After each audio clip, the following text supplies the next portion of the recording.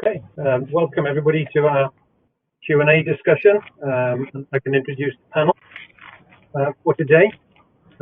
We have Zahidul Mondle, who is our lead technical product specialist in custom diagnostics based in Maryland, USA. We have Dominik, Cassan, site leader for our R&D based in Dassel, which is our center of excellence for membrane manufacture. Matthew Davies, who is our custom services manager in our genomics and diagnostics business. He's based in Cardiff.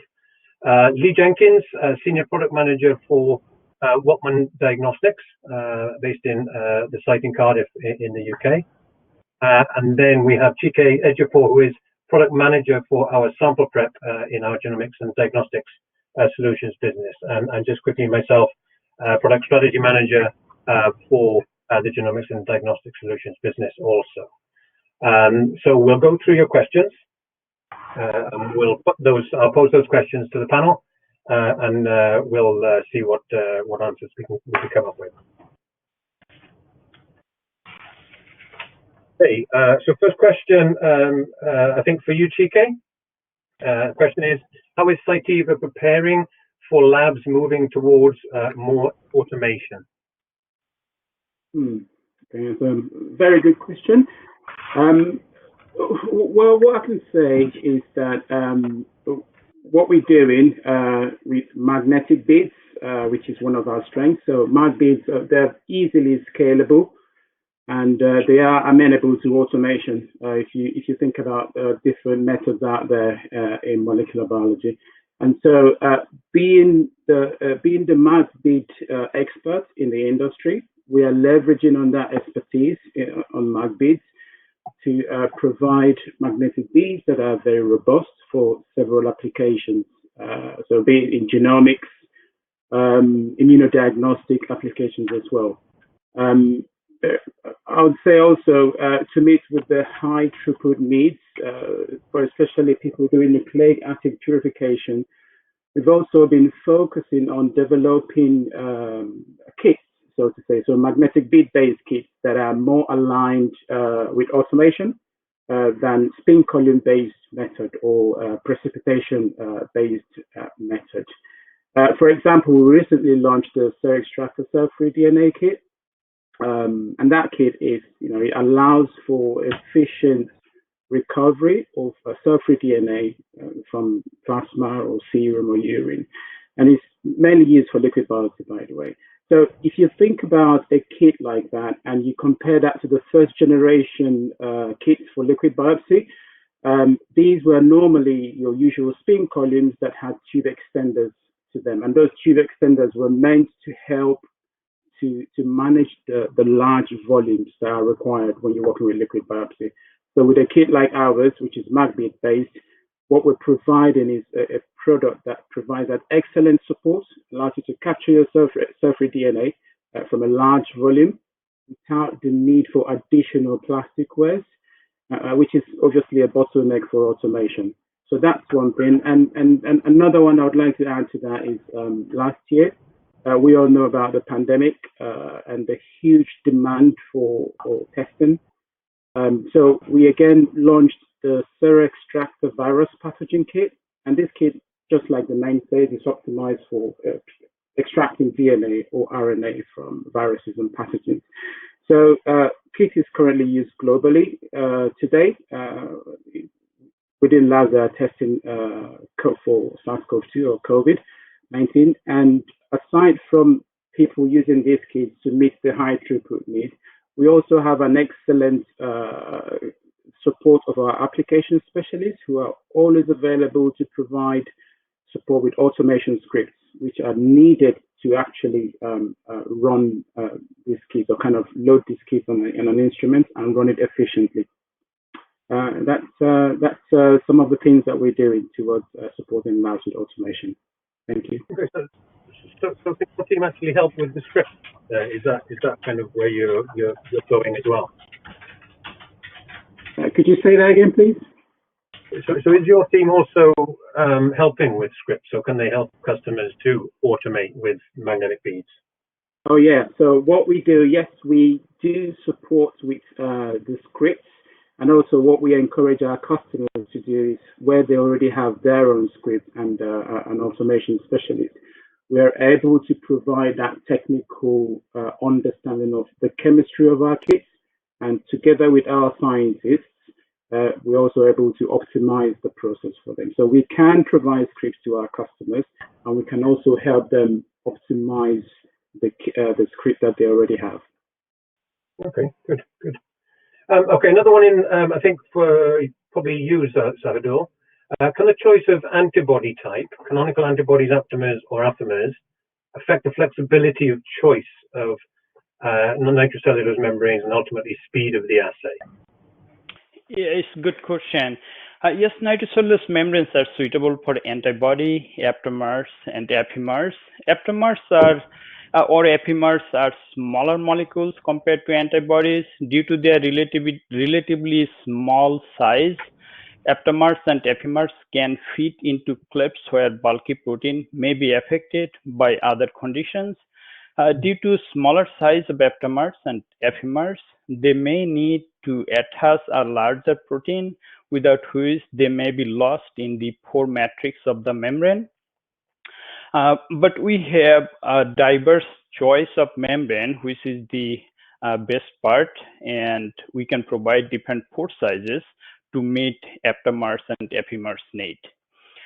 One interesting thing is when antibodies are not a choice, aptamers or epimers are better options, but the antibody process is well established and well known. Most scientists can easily follow.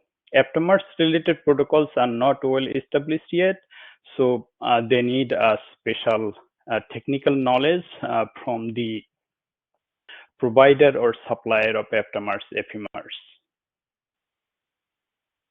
Okay, so antibodies, I know everybody's familiar with antibodies, and aptamers maybe a little bit kind of newer. Do they come with their own challenges, presumably, but are there any kind of process improvements or changes that you need to make between aptamers or antibodies? Right. Aptamers and epimers. Epimers are the small peptide, 20 amino acid or so, and aptamers are like 20 bases, nucleic acid. So they're so small, so sometimes it is lost inside the matrix of the membrane. So if it is attached to a larger proteins, that can be immobilized on the membrane. But this process is kind of little bit tricky because aptamers, epimers is smaller in size. When it is conjugated, their epitope binding site or analyte binding site might be distorted. But if they can control it, if you can control this epitope binding site properly, so this might be newer options or overcome the limitations of antibodies when are not available at all. So it's a new dimension to develop the test. Okay, great. And one for Dominik. So how can Cytiva help me improve my lateral flow assays?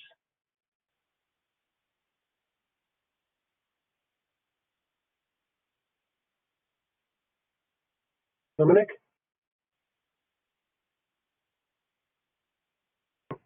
No, perhaps Lee. Could you give us your thoughts on that question, Lee? How can Cytiva help improve my lateral flow assays? Yeah, sure. So there's several different ways we could help people here. So the most obvious is our component supply. So we have a range of different cellulose and glass fiber parts, as well as nitrocellulose products. But also, we have a team of technical experts who people can reach out to, such as Zahi in the US. People probably know Klaus Hoffleiner, who are familiar with our business in Europe, but we also have people in Asia. So that's probably another really good resource people can use. If they want to go above that, we have launched a service within the last 12 months where we can support people with a paid development service, for example, where we can do small packages of work with them to help their development. So what I would encourage people is if they feel they need help, contact one of our team and we can discuss the different options with them and work with them to decide what the best approach would be. Okay, so in terms of that kind of design process, just quickly, how does that kind of interaction with customers work? What does it look like in the process of helping with a lateral flow assay? So we've tried to be as transparent as possible and essentially become an extension of their R&D team. So we appreciate that some people, especially if they're newer to diagnostics, may not have the infrastructure or experience that they need for a development project. We want to allow our teams to become part of their business, and they can use us like an R&D resource to help, accelerate the development of the projects they are working on. Okay, great. And another one, perhaps again, do we have Dominik back? Is Dominik? No, still some issues with Dominik. Yeah. Okay, so another one maybe, Lee, then, that you can kind of help us with. What considerations are taken when assessing what compromises in design and development process are acceptable in order to compress the timelines? And then there's a second part. Okay, sorry. And then there are as a second part, which is, are there elements that can be revisited after the initial product launch? So Zahid, are you taking that one? Yes. Okay, perfect. Yeah, there are two parts of this question. Answering to the first part of your question, be sure that the components such as membrane pads and reagents you are using to develop lateral flow tests are from reputed supplier. For example, switching membrane or antibodies at later stages would require complete revalidation of the test system. Quality and supply chain issue of any lateral flow component should be considered before implementing them in the test system. The second part of your question about elements after launching lateral flow test. So if your lateral flow test got huge market, for example, you need to scale up the manufacturing process that requires adequate supply of all components, as well as expanded manufacturing sites with skilled employees. So these are important elements you should consider. Okay, and Matt Davies, from the custom side, services side of the genomics business, how do you kind of work to compress timelines on your side of the business? How do we work with customers to kind of get them to market quicker? Yeah, I think as Lee mentioned, we work with customers and almost as an extension to their R&D team. We work really closely with them in terms of what ideally we can do to compress those timelines from the manufacturing side. I think there are obviously some key things that are kind of off limits as much as possible. I know functionality and specifications for the end user is something that I think will only necessarily be changed if absolutely needed. I think in terms of what can be revisited after launch, things such as packaging, things such as that, which are not necessarily key to the functionality for the end user. Those are things I think, particularly in the last 12 months, questions such as those have really been brought to the fore, really, in terms of what the customer absolutely has to have for this product to work. And so we've had a number of customers who have, gone out with, the functionality of what they were designed in to do for the product, but that ultimately, would appreciate that there needs to be maybe a version 2 that comes along later down the line, with, as I said, things such as packaging, labeling, that can really be have attention to, and later on, ahead of getting anything to market with the speed that the customer needs, really. Okay, great. Next one for you, Chike. So, question is, what kind of magnetic bead is specifically suitable for SARS-CoV-2 RNA isolation? Okay, thank you. For SARS-CoV-2, I would say, in fact, for any nucleic acid extraction, I would say 2 magnetic bead type comes to mind. The first one will be your usual silica magnetic beads, and the second one will be a carboxyl magnetic bead. I mentioned this in my last response, and that's that we are developing products to support labs moving to automation. And again, just to refer to the previous example I gave with Extractor virus pathogen kit. So this kit is powered by our SeraSeal magnetic bead. And just to clarify, the SeraSeal mag bead is a silica-based magnetic bead. We also have, the SeraMag carboxyl bead, and this bead is well established for genomics applications. And with COVID-19, what we saw is some of our customers, who are well familiar with the SeraMag carboxyl bead, they were using this bead to also isolate SARS-CoV-2 RNA. So, and this is well documented in literatures, and even the protocol is available in some open platform websites. So, in a nutshell, one can actually use the silica-based magnetic bead, so our SeraSeal mag bead, and a second type of bead would be the SeraMag carboxyl bead. Thank you. So I guess the silica bead is the same as the column chemistry essentially, except it's magnetic beads and automation friendly. Yeah, it is correct. Yeah. How similar is the other chemistry that's required? I know you probably can't go into the detail of it, but to use carboxyl beads, presumably it isn't too different, right? No, it's not too different. Again, you have to consider that the beads on their own do not. The beads on their own are just providing a solid support, right? So they don't work on their own without. You do require the buffers, yeah. Now, people tend to gravitate towards the silica-based bead because, like you mentioned, this is, with the spin columns, this is what people are well familiar with, and that works with the boom chemistry where you use a chaotropic salt. Now, if I'm hard pushed to make a choice, I would always go for silica because it will give you a little bit edge in terms of purity. But having said that, a carboxyl bead works excellently well as well, and it will, based on boom chemistry, so chaotropic salts, and it will give you a good enough purity as well. Great, thank you. One for you, Zahi. I have a problem with the capillary flow. My assay is too fast, and I've tried to add surfactants and blockers for the membrane, but it was not significant. Besides the capillary flow of the membrane, is there any factor which could help to control the capillary speed?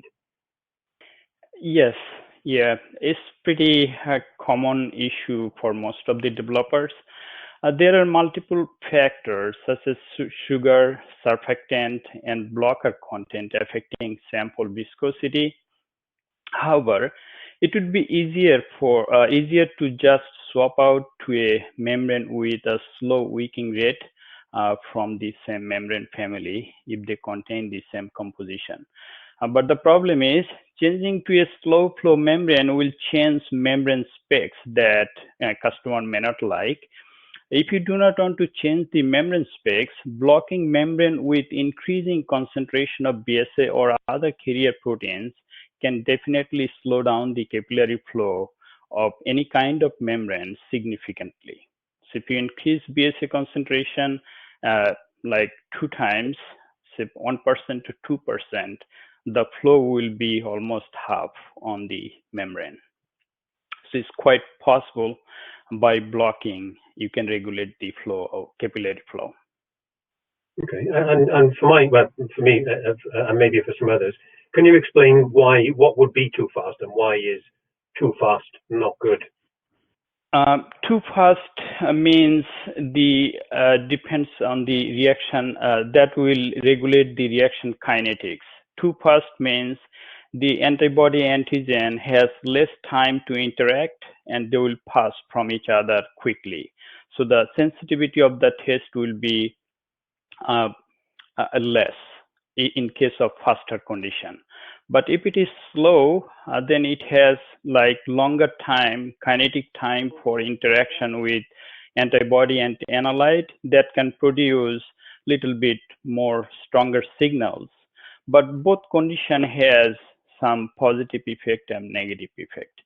say when it takes longer time to flow, so it may produce some false positive reactions, or the membrane background may not be clear, just like the fast flow membrane. So it needs some manipulation to control those as well. Okay, thanks. Another question number 7. So we do have Dominik back on the line. I hope so. Should work. Yeah. Yes. Okay, great. So Dominik, question: what are the biggest challenges to scale up of diagnostic tests? New tooling, capacity of existing kits, supply chain issues, or something else? It's a very good question. It of course depends on what diagnostic test we're talking about.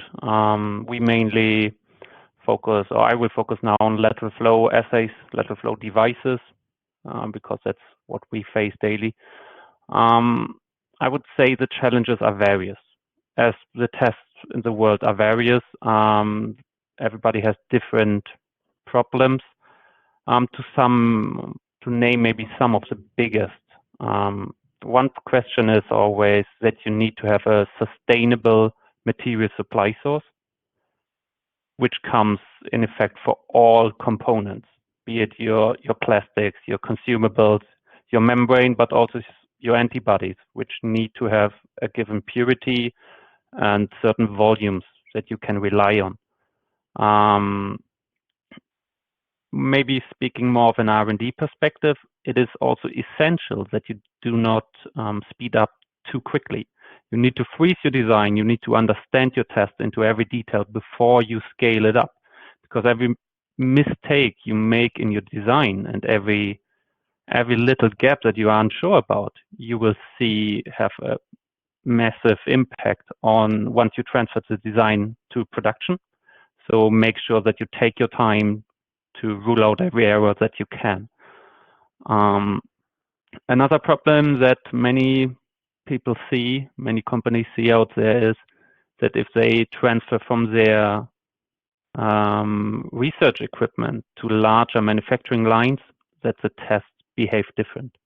This is mainly due to one simple process, also, that is the drying of the lateral flow test kits, which is essential to its later performance, but no two equipments behave the same. You always have slight and subtle differences. So you basically have to do a new validation after transferring. You have to re-understand your test.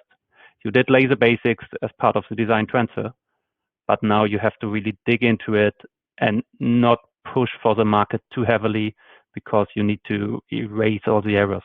So a multi-level approach of problems, but all of these can be sorted out. Okay, great. So it sounds like very deliberate moves, very kind of planned and kind of cohesive actions rather than rushing too fast. Yes. Yeah. Okay, great. Another one, if you don't mind, Dominik, another question. What is the general timeline and cost from product concept stage to kind of manufacturing scale up? Very good. We did see what the last year made with these timelines, where companies were pushing for development of COVID-19 lateral flow assays.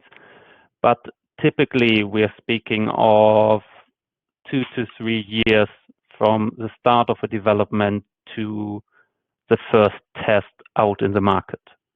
This includes roughly a year of component sampling, development, design verification, and then we go into more interesting stages of regulatory approval, which needs to have certain guidelines. We cannot speed this up too quickly. And then, as just explained before, the also complicated validation and scale up of the test to manufacturing. So we're typically speaking of 2 to 3 years. We saw in the last year that this can be pushed by massive efforts to shorter timescales. And as Lee Jenkins mentioned earlier, we are trying to help everybody with shortening these development timelines by bringing in expertise. But a year is a rough ask already. Mm-hmm. Mm-hmm. And I guess COVID and you know the urgency for getting tests out had a huge impact and almost like forcing new ways of working. Yes, it did show that the interdisciplinary research is becoming more and more important. Communication with federal agencies is key.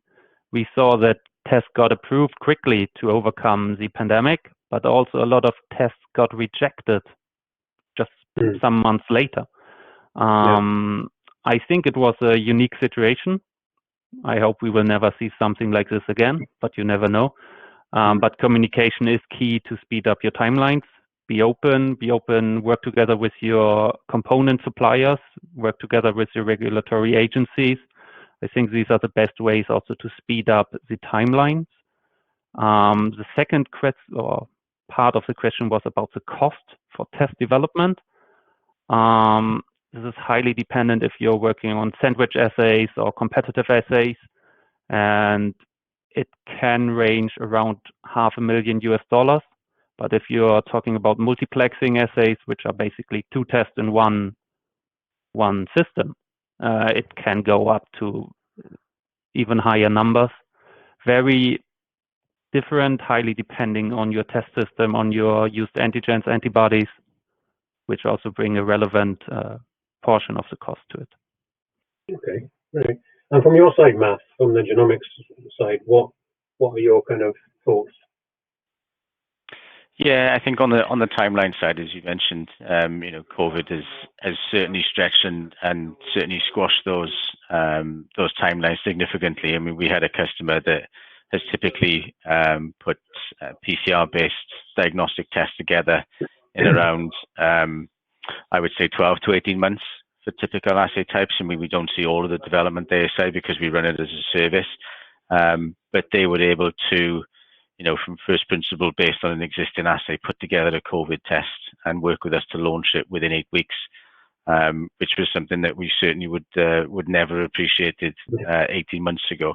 So COVID has certainly stretched those. I think for us normally, it would probably be between something of the 6 to 12 month mark in terms of a lyophilization assay or conjugation assay based on our magnetic bead technology. And I think going back to the first point in terms of the challenges, I would completely agree with Dominik in terms of spending the time and the diligence on locking down that assay with the functionality before moving through into scale up and validation is certainly benefits you in the long term. We've seen customers who have perhaps gone through validation and scale up a little sooner than was necessary maybe. But have had to revisit that, quite quickly after product launch, in terms of redesigning things, which is always problematic. When you're in the manufacturing process and working at scale, it's always problematic to go back and then redesign a functional test specifically. There are some circumstances where you can, as I say, change some of the end user workflow. But not necessarily, obviously, the functionality and specification of an assay. That's much more complicated. Okay, thanks. Probably one for Chike and Lee, if you could comment as well after Chike. Could 903 cards be used for sample collection in collaboration with the RNA and DNA extraction kits? Yes. Yes. So with the 903 card, actually, we do have an application note on this, and we were able to collect samples, so UTM and even blood samples on them. We're able to efficiently extract viral RNA from a 903 card using the cell extractor virus pathogen kit. And went ahead to do detection by qPCR, so RT-qPCR. In that publication, we were able to detect viral RNA down to 50 copies per microliter from the universal transport media and also the blood spots. So yes, indeed, that's possible. And the literature is actually available on our product page. So I'd encourage you to go in there and have a good read, because it's got more information about the 903 card, stability of the think up to 14 days. There's more good information in the app notes. Lee, anything you want to comment? Yeah, the only thing I would add is, I guess, anyone who's not so familiar with the 903 protein saver cards, is that it's a alternative to liquid blood collection. So as opposed to transporting blood on vials or using a cold chain, it's a very convenient technology to use for point of care blood detection. And as Chike said, it's got a great combination with the cell extractor kit for this coronavirus and SARS-CoV-2 virus detection. So it's a nice synergy between the two products. Okay, great. Thanks, Lee. Thanks, Chike. And we have one more question, probably for you, Zahi. Is it possible to obtain a highly sensitive and quick reaction by changing the antibody type, brackets antibody aptamers or affamers, rather than the membrane itself? Yes, it's really very good question. Definitely, it is possible. A different source of antibody, even though it is monoclonal antibody, but if it's from different source, different animals, the affinity to the target analytes are quite different. For example, there is a clinical test, using rabbit monoclonal clone against PDL1 cancer biomarker. The test is in the market. So that rabbit monoclonal antibody against PDL1 cancer biomarker is like 10 to 20 times more sensitive than mouse clone. Even within the monoclonal antibody space, the sensitivity is like 10 to 20 times. So that means more dilution can be done. Cost is way less, like 10 times less antibody cost. And also the process can be quite faster. When antibody is more specific, if you increase a tiny bit of antibody concentration, time will be quite short, like say 15 minutes to 3 or 5 minutes or less. Higher affinity against analyte affects the sensitivity and specificity. So similarly, the epimers and aptamers also can be very specific, and it is not difficult to develop compared to monoclonal antibody and then selection. So if aptamer and epimers are more specific, that way the time can be significantly shorter as well. Okay, great. Thank you. So I have no more questions. Just like to thank the panel. So thank you, Zahi and Dominik, Matthew, Chike, and Lee, for your thoughtful answers. And that concludes the Q&A. Thank you.